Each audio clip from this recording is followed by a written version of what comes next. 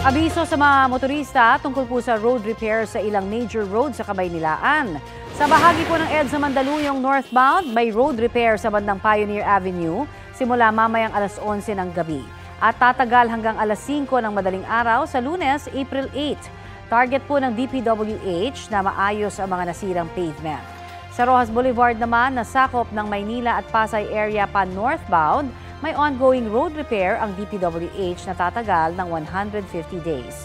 Ngayon pong araw naman, hanggang April 30 ang gagawing reblocking sa south at northbound lanes sa papasok ng Rojas Boulevard flyover. Partially closed din po simula ngayong araw ang eastbound at westbound ng R. Magsaysay Boulevard malapit sa Pureza sa Maynila.